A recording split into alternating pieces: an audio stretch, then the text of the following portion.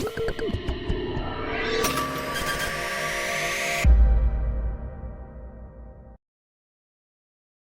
semuanya, pada kesempatan kali ini saya akan membahas materi tentang virus. Virus merupakan makhluk mikroskopis yang mungkin tidak terlihat oleh mata, namun dampaknya bisa sangat besar bagi kehidupan, mulai dari penyakit ringan seperti flu hingga wabah mematikan seperti COVID-19. Yuk, kita kenali lebih jauh tentang apa sih itu virus dan bagaimana cara kita bisa melindungi diri darinya. Virus adalah mikroorganisme yang sangat kecil dan uniknya mereka tidak bisa hidup sendiri. Virus hanya bisa hidup dan berkembang biak jika berada di dalam sel makhluk hidup lain seperti manusia, hewan, tumbuhan, atau bahkan bakteri. Mereka tidak memiliki sel, tidak bisa melakukan metabolisme, dan tidak bisa berkembang biak tanpa inang. Virus hanya terdiri dari materi genetik berupa DNA atau RNA yang dibungkus oleh lapisan protein yang disebut kapsid. Jadi, virus berada di antara hidup dan tidak hidup. Di luar inang, mereka seperti benda mati, tapi saat masuk ke sel, mereka bisa menghidupkan diri dan menggandakan jumlahnya. Yang berikutnya ada ciri-ciri virus. Ciri-ciri virus cukup berbeda dibandingkan makhluk hidup lainnya. Virus memiliki ukuran yang sangat kecil, yaitu sekitar 20 hingga 300 nanometer, sehingga hanya dapat dilihat melalui mikroskop elektron. Virus bersifat parasit intraseluler obligat, artinya hanya bisa hidup dan berkembang biak di dalam sel organisme hidup. Virus hanya membawa salah satu jenis materi genetik, yaitu DNA atau RNA, dan tidak memiliki struktur seluler maupun kemampuan metabolisme sendiri. Uniknya, virus bisa dikristalkan seperti benda mati. Virus juga tidak dapat dihancurkan oleh antibiotik. Dari segi bentuk, virus sangat beragam, mulai dari bentuk bulat, batang, polihidras, hingga bentuk menyerupai huruf T. Struktur utamanya terdiri dari kapsid, asam nukleat, dan pada beberapa virus dilengkapi membran lipid. Nah, selanjutnya kita akan membahas tentang struktur tubuh virus, khususnya virus dengan struktur kompleks yaitu bakteriofag. Virus ini sering dijadikan contoh karena memiliki bentuk yang lengkap dan unik dibandingkan virus-virus lainnya. Gambar yang saya tampilkan di sini adalah bentuk bakteriofag, yaitu virus yang menyerang bakteri. Virus ini memiliki beberapa bagian utama dengan fungsi masing-masing. Di bagian atas terdapat kepala, yaitu disebut kapsid. Kapsid ini berfungsi melindungi materi genetik virus, yaitu DNA yang tersimpan di dalamnya. DNA ini nantinya akan disuntikkan ke dalam sel bakteri yang menjadi inangnya. Bagian kepala dihubungkan dengan leher, lalu ke selubung ekor yang menjadi jalur untuk DNA saat proses infeksi berlangsung. Di bagian bawah virus terdapat papan dasar atau serabut ekor. Serabut ekor ini berfungsi untuk menempel pada permukaan sel bakteri dengan kuat. Setelah menempel, virus akan menggunakan jarum penusuk untuk melumbangi dinding bakteri, kemudian menyuntikkan DNA-nya ke dalam sel. DNA virus ini akan mengambil alih fungsi sel bakteri dan memerintahkan untuk membentuk lebih banyak virus baru. Struktur tubuh seperti ini hanya dimiliki oleh virus kompleks seperti bakteriofag.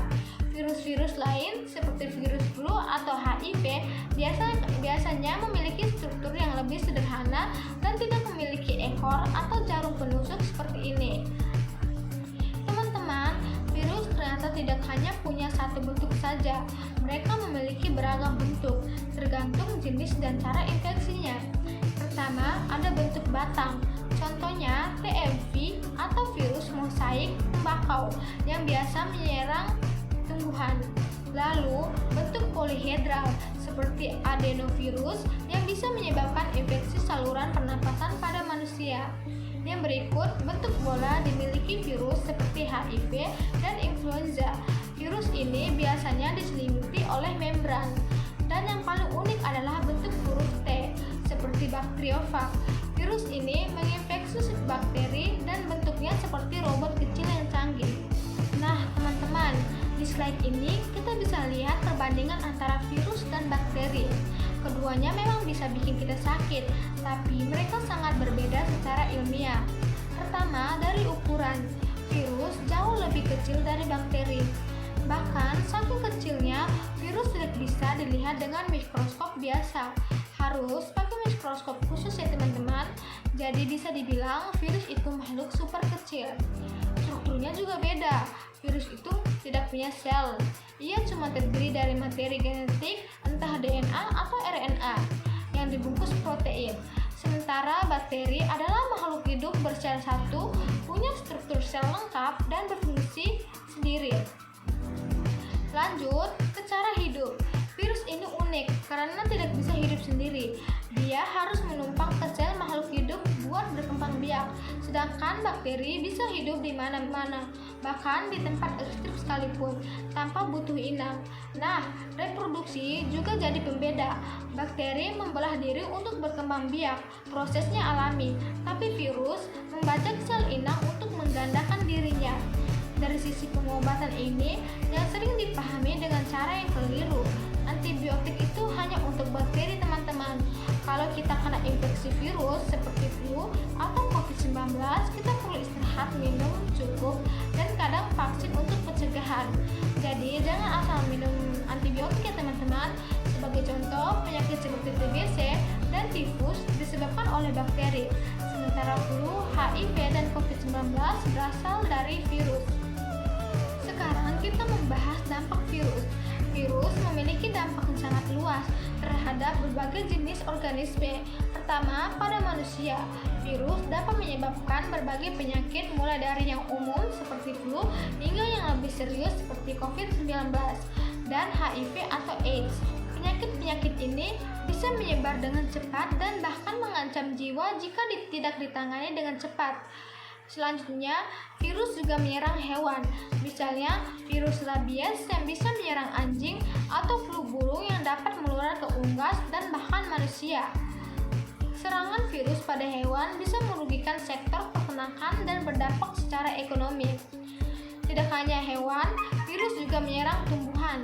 Contoh adalah virus mosaik yang menyerang tanaman tembakau atau virus kuning pada tanaman cabai. Infeksi ini bisa menyebabkan pertumbuhan tanaman terganggu dan hasil panen menurun drastis. Yang terakhir teman-teman, ada juga virus yang menyerang bakteri yang disebut bakteriofag.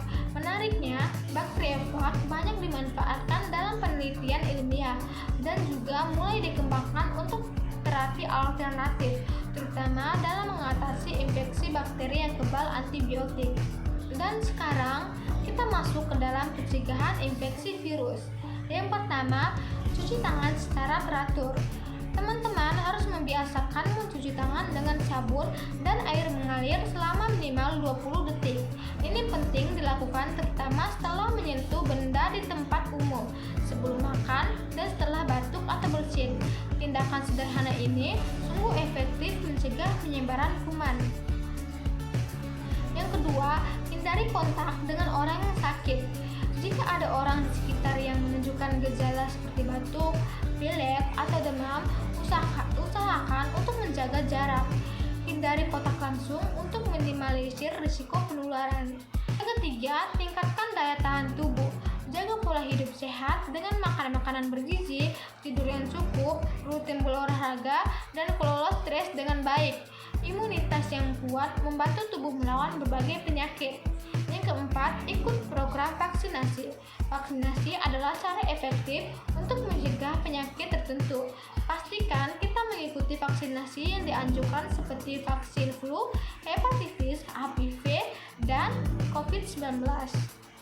Jadi teman-teman, kesimpulannya, meskipun virus ukurannya sangat kecil dan tidak terlihat, dampaknya bisa luar biasa bagi manusia, hewan, tumbuhan, bahkan bakteri. Dengan memahami struktur, cara kerja, dan dampaknya, kita bisa lebih waspada dan tahu bagaimana cara melindungi diri.